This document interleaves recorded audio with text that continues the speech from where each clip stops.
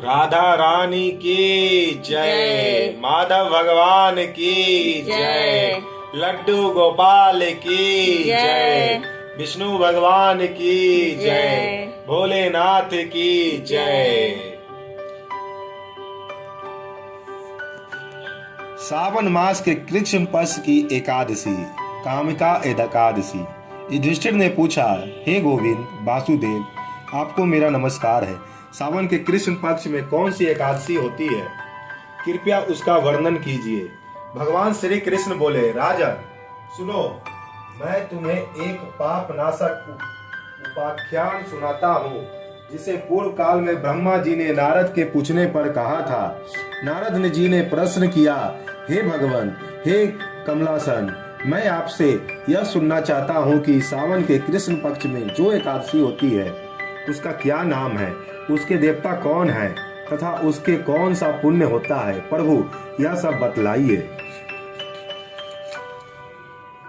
ब्रह्मा जी ने कहा, नारद सुनो, मैं संपूर्ण लोगों के हित की इच्छा से तुम्हारे प्रश्न का उत्तर दे रहा हूँ। सावन मास में जो कृष्ण पक्ष की एकादशी होती है उसका नाम कामिका है।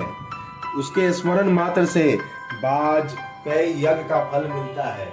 उस दिन श्रीधर, हरि, विष्णु, माधव तथा मधुसूदन आदि नामों से भगवान का पूजन करना चाहिए। भगवान श्री कृष्ण के पूजन से जो फल मिलता है वह गंगा, काशी, नैमिषारण्य तथा पुष्कर के क्षेत्र से में भी सुलभ नहीं है। सिंह राशि में बृहस्पति होने पर तथा व्याप्तिपात तथा दंड योग में गोदावरी स्नान से जिस फल की प्राप्ति होती है वही फल भगवान श्री कृष्ण के पूजन से भी मिलता है।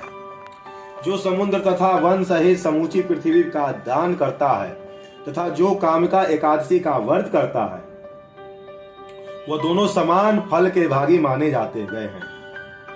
जो ब्याही हुई गाय का अन्याय न सामग्रियों सहित दान करता है उस मनुष्य को जिस फल की प्राप्ति होती है वही कामिका एकादशी का व्रत करने वाला को मिलता है। जो नरश्रेष्ठ सावन मास में भगवान श्रीधर का पूजन करता है उसके द्वारा गंधर्व तथा नागों सहित संपूर्ण देवताओं की पूजा हो जाती है। अतः पाप भी रूप मनुष्य को यथाशक्ति पूरा प्रयत्न करके कामिका एकादशी के दिन श्री हरि का पूजन करना चाहिए। जो पाप रूपी पंख से भरे हुए संसार समुद्र में डूबे रहे हैं उनका उद्धार करने के लिए कामिका एकादशी का व्रत सबसे उत्तम है। अध्यात्म विद्या परायण पुरुषों को जिस फल की प्राप्ति होती है उससे बहुत अधिक फल कामिका एकादशी व्रत का सेवन करने वालों को मिलता है।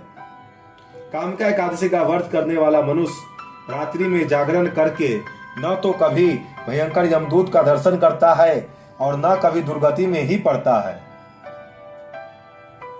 लाल मणि, मोती, वैदुर्य तथा मूंगे आदि से पूजित होकर भी भगवान विष्णु वैसे संतुष्ट नहीं होते हैं जैसे तुलसी दल से पूजित होने पर होते हैं।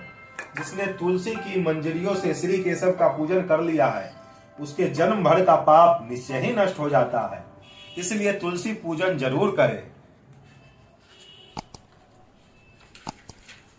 अर्थात जो दर्शन करने पर सारे पाप समुदाय का नाश कर देती है, स्पर्श करने पर भी शरीर को पवित्र बनाती है, प्रणाम करने पर रोगों का निवारण करती है, जल से सींचने पर यमराज को भी भय पहुंचाती है, आरोपित करने पर भगवान श्री कृष्ण के समीप ले जाती है और भगवान के चरणों में चढ़ाने पर मोक्ष रूप फल प्राप्त करती है। उस तुलसी देवी को नमस्कार है। जो मनुष्य एकादशी को दिन रात दीप दान करता है उसके पुण्य की संख्या चित्रगुप्त भी नहीं जानते। एकादशी के दिन भगवान श्री कृष्ण के सम्मुख जिसका दीपक जलता है उसके पितर स्वर्ग लोक में स्थित होकर अमृत पान से तृप्त होते हैं। घी या तिल के तेल से भगवान के समीप दीपक जलाकर मनुष्य देह त्यागने के पश्चात करोड़ों दीपक से पूजित हो स्वर्ग लोक में जाता है। भगवान श्री कृष्ण कहते हैं, युधिष्ठिर, तुम्हारे सामने मैंने कामिका एकादशी की महिमा का वर्णन किया है। कामिका सब पातकों को हरने वाली है, अतः मानवों को इस व्रत का अवश्य करना चाहिए। यह स्वर्ग लोक तथा महान पुण्य फल प्रदान करने वाली है। जो मनुष्य श्रद्धा के साथ इसका महात्म्य श्रवण करता है वो सब पापों से मुक्त हो से विष्णु लोक में जाता है। भगवान विष्णु सर्वोपरि है। वे अपने भक्तों को निश्चल भक्ति से सहज ही प्रसन्न हो जाते हैं।